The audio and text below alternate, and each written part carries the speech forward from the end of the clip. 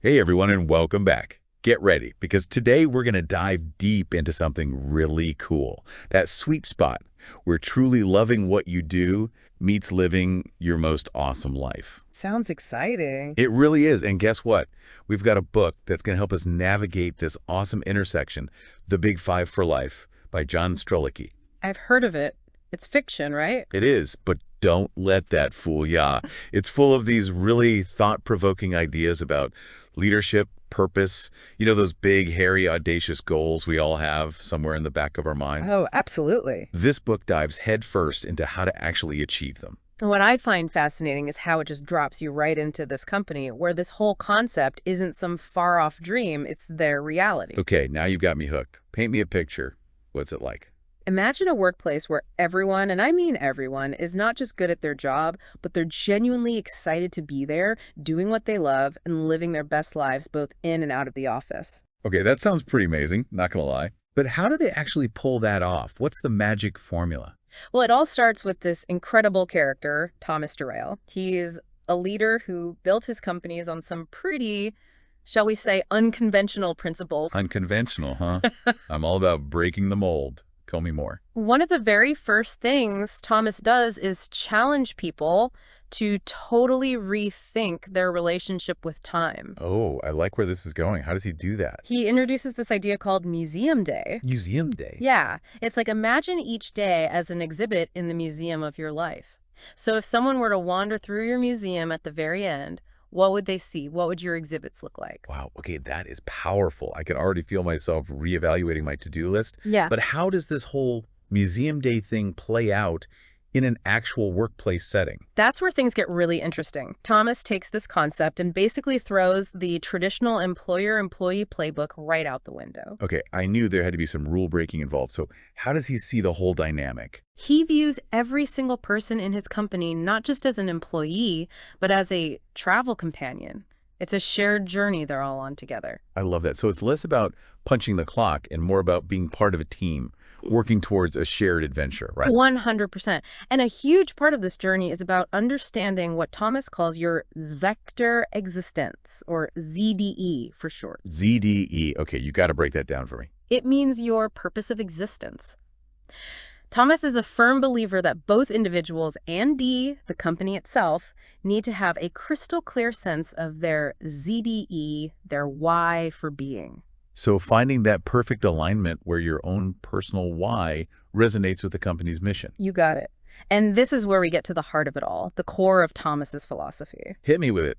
What's this core idea? The big five for life. The Big Five for Life. Oh, Okay, I'm intrigued. What does that even mean? okay, think of it this way. You know how on a safari, spotting the big five animals means you've had a truly successful trip?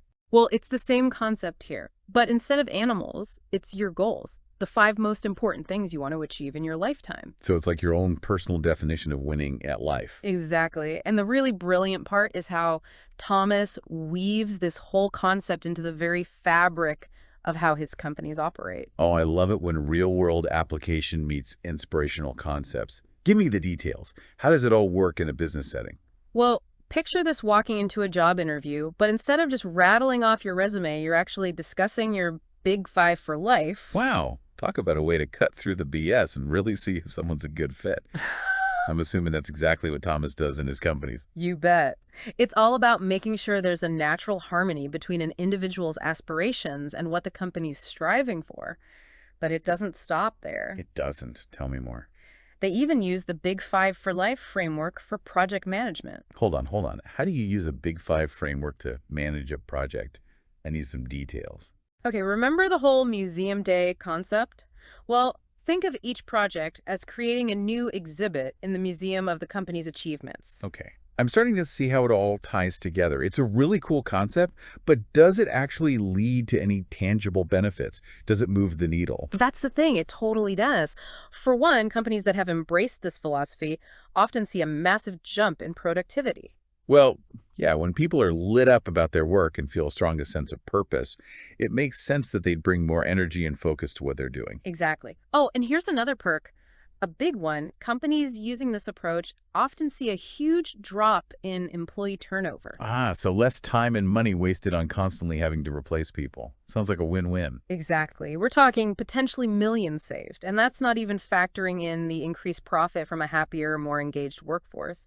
It all comes down to fostering an environment where people feel valued, inspired, and empowered to actually go after their passions, both at work and in their personal lives. I have to say, you've definitely got me on board with the philosophy.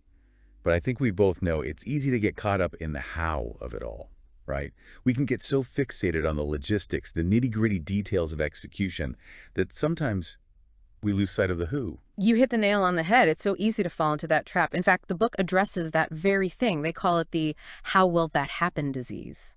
We get so bogged down by the perceived obstacles that we miss the possibilities, the potential breakthroughs. So how do we combat that? How do we break free from that mindset? Thomas is a huge advocate for seeking out mentors, people who have already achieved what you aspire to achieve. It's like building your own personal dream team to help you navigate those uncharted territories. Love it. So how does this play out in the company's Thomas Bells? And I'm really curious to see how it all comes together in a real-world setting. Well, one of the things they do is hold these incredibly dynamic collaborative sessions that they call mock Mitch Besser or MMB sessions. Mock Mitch Besser. That's a mouthful. I already love it. So tell me, what goes down at an MMB session? Basically, imagine a space where literally anyone, it doesn't matter what your role is, you can stand up and pitch an idea, and it could be anything, right? Big or small, crazy or practical. And the whole team gets behind you, offering feedback, brainstorming ways to make it even better. It's really cool. So it's like brainstorming, but on steroids and with a whole lot of heart. Totally. It's a fantastic way to tap into the collective genius of a team, fostering that environment of how do we make this idea, this company, even better. Speaking of collaboration, that reminds me of this other analogy Thomas uses in the book, the papaya plantation. Have you heard of this one? Papaya plantation, that's a new one for me. Lay it on me. Okay, so imagine a papaya grove, right? All these trees, to really thrive, they actually need to be planted kind of close together, not too far apart. Interesting. Why is that? Because they cross-pollinate that way. When they're closer together, they really bear more fruit. Oh, that makes sense. Exactly. And Thomas uses this as a metaphor for companies, for teams. When people collaborate, when they share their ideas, when they support each other, you get this like richer harvest of innovation, of success. Oh, I love that. It's like that old saying, two heads are better than one, Yeah. but it takes it to a whole other level. It's not just about individual brilliance. It's about harnessing the power of the whole ecosystem. You got it. And this actually ties into another principle from the book that really resonated with me. It's the K plus AO equation. Have you come across this one? K plus AO. Not ringing any bells. Break it down for me. So K stands for cost. Straightforward enough, right? Yeah, I'm with you. A stands for Aufwand, which is German for effort, Effort. Got it. and the O, that's all about the output. Okay, so cost plus effort is less than output. What does that tell us? It's about looking beyond just the bottom line. It's so easy to get caught up in cost-cutting mode. Oh, tell me about it. I've been there. But this equation reminds us that if the output, the value you create, is significant enough, then the initial cost and effort, those are justified. It's about thinking long-term. It's like investing in something bigger than yourself. Exactly. And speaking of investing, this focus on value over just cutting costs, it makes me think about another important aspect of building a fulfilling life, Yeah. both personally and professionally, and that's learning to say no. Ooh, saying no is powerful, isn't it? It really is, because it's so easy to feel like we have to say yes to every opportunity that comes our way. Yeah. So how does Thomas view this whole idea of saying no? Because he seems like a pretty ambitious go-getter type. He is, but he sees it as this way of protecting your time, your energy, your focus. He encourages his team to be really, really choosy about what they say yes to. It's about setting those boundaries and sticking to them. Right. Like if it doesn't align with their ZDE or their Big Five for life, they're empowered to politely decline. I love that. It's about being intentional with your actions, making sure they're truly in line with your goals. But easier said than done, right? Oh, absolutely. It's a constant practice, not a one-time thing. And this whole idea of living and working with intention, well, it takes on a whole new meaning as we move through the story. We find out that Thomas Well, he's facing his own mortality. That's right. He finds out he doesn't have as much time as he thought he did. Exactly. And this actually ignites this whole other level of purpose within him. He becomes even more driven to share this philosophy, to leave this legacy of living a truly fulfilling He life. doesn't want to waste a single minute. Not a single one. He starts writing, he does interviews, he even goes on television, all with this mission of spreading this message of how to live a truly meaningful and purposeful life. It's really inspiring, and it reminds me of that story he shares about visiting a museum with his wife. You mean the one where he comes across this exhibit that's dedicated to just one person's life? Yes, that's the one. It always gives me chills. It's such a powerful image, right? Their accomplishments, their relationships, their experiences. It's all laid out like this incredible moving tribute to a life lived on purpose. And it makes you think, what would my museum look like? Exactly. What would your exhibits be? What would your ideal museum of life look like if you had to curate that final exhibit? What would be on display? Oh, man, what a question. Uh-huh.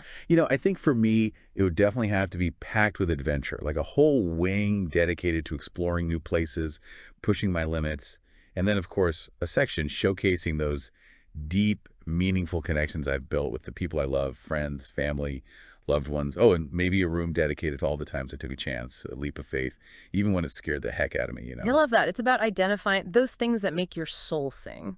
Those big five for life goals that light you up from the inside out, the things that make you, you. It really is. And I think that's the beauty of this whole concept. It's not about following some predetermined path to success. It's about defining what success looks like to you on your own terms, and then mustering up the courage, the passion to actually create a life that reflects that vision, your vision. Absolutely. And here's a little reminder, those goals, they don't have to be these massive life-altering endeavors.